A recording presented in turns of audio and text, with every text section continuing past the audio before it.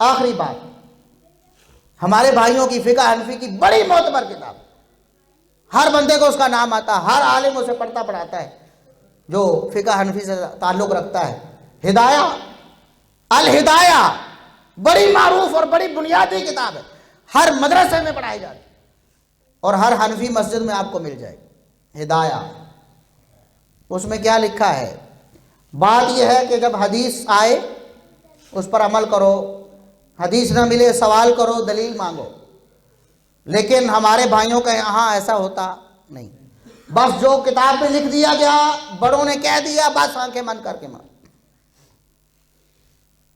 نوافل کا بیان ہے، باب النوافل، نوافل کا بیان، تو کہتے ہیں السنۃ رکعتان قبل الفجر، نوافل میں سب سے پہلے سنتیں، کہتے ہیں کہ فجر سے پہلے 2 سنتیں ہیں، واربع قبل الظہر ورکعتین وبعدها رکعتان، ظہر سے پہلے 4 اور ظہر کے بعد 2 رکعتیں، یہ سنت ہے۔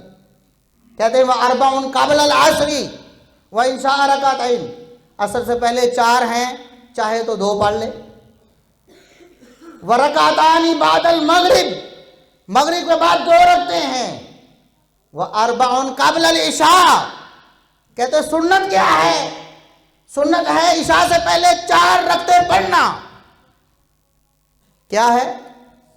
سنت ہے عشاء سے پہلے 4 رکعتیں پڑھنا، کیا ہے؟ ہدایہ میں لکھا ہے، فقہ حنفی کی معتبر ترین کتاب ہے۔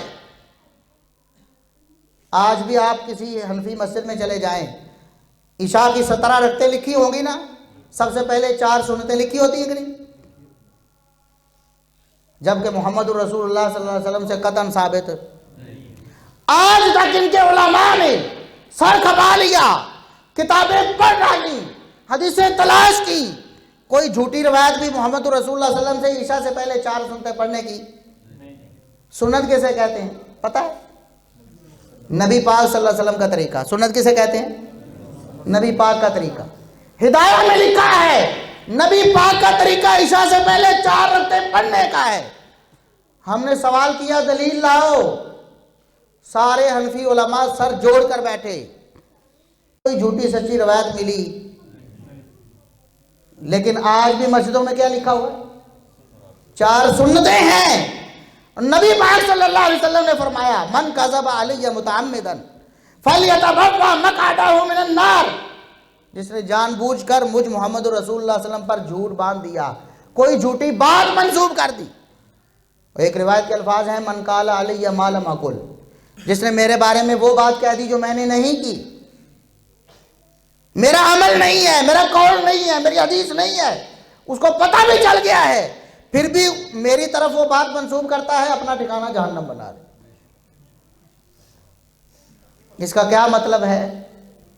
اندھی تقلید، محمد الرسول اللہ صلی اللہ علیہ وسلم کا فرمان، آپ کی حدیث، کوئی دلیل کچھ بھی نہیں، بس جو امام نے کہہ دیا بس آنکھیں بند کر کے مان لیا ہے۔ ہماری دعوت فکر ہے تمام بھائیوں کو، تمام ہمارے دوستوں کو، آپ ہمارے مسلمان بھائی ہیں، ہمیں آپ سے ہمدردی ہے، کوئی دشمنی نہیں۔ ہم نے کون سی آپ سے کوئی زمینیں تقسیم کرنی ہے، کوئی مکان ہم نے بانٹنے ہیں، کون سا جھگڑا ہے ہمارا آپ کے ساتھ؟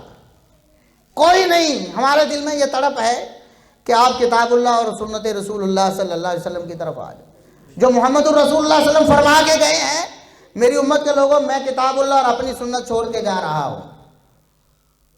کیسے ایک مسلمان کہہ دیتا ہے کہ مجھے تقلید کافی ہے، میں اپنے امام کی بات مانوں گا؟ جی صحابہ نہیں مانتے، سب سے بڑے قاری کی بات قرآن کے بارے میں چھوڑ دیتے ہیں، کیوں؟ اس لیے محمد الرسول اللہ صلی اللہ علیہ وسلم کی تعلیم نہیں ہے، قرآن کے خلاف ہے، چھوڑ دی۔ حدیث کے خلاف علی بن ابی طالب کا فتویٰ آئے، ان کا فیصلہ آئے، چھوڑ دیتے ہیں۔ ابو موسیٰ اشعری کا فتویٰ آئے حدیث کے خلاف، عبداللہ بن مسعود کہتے ہیں میں اسے مانوں تو گمراہ ہو جاؤں، میں نے کوئی گمراہ ہونا ہے؟ اور ابو موسیٰ اشعری بھی جب پتہ چلتا ہے حدیث ایسے ہے تو چوں چراں کرتے۔ انہوں نے یہ کیوں نہیں کہہ دیا بھئی چلو جس نے تقلید کرنی ہے عبداللہ بن مسعود کی کر لے، جس نے میری کرنی کر لے، بس چپ کر کے پوچھو نا، پوچھنے کی کوئی ضرورت نہیں بھئی، جتنے کوئی لگا ہے لگا رہے، جہاں کوئی لگا ہے لگا رہے۔ جو فقہ حنفی کو مانتا ہے وہ فقہ حنفی کے مطابق عمل کرتا رہے، جو فلاں فقہ کو مانتا ہے فلاں پہ عمل کرتا رہے۔ اگر کوئی ذات اور ہستی اس کائنات میں محمد رسول اللہ صلی اللہ علیہ وسلم کے علاوہ ایسی ہوتی جس کی ہر بات کو مان لینا ہوتا آنکھیں بند کر کے، وہ صحابہ کرام کی ہستی، وہ ابوبکر صدیق، وہ عمر فاروق، وہ عثمان غنی، وہ علی مرتضیٰ، وہ طلحہ و زبیر، وہ عشرہ مبشرہ، وہ بدر و احد والے، وہ صلح حدیبیہ والے، فتح مکہ والے، خیبر و حنین والے وہ ہوتے۔ اگر وہ نہیں ہے تو پھر کوئی ایسی ہستی نہیں ہے۔ اللہ رب العزت ہمیں عمل کی توفیق عطا فرمائے۔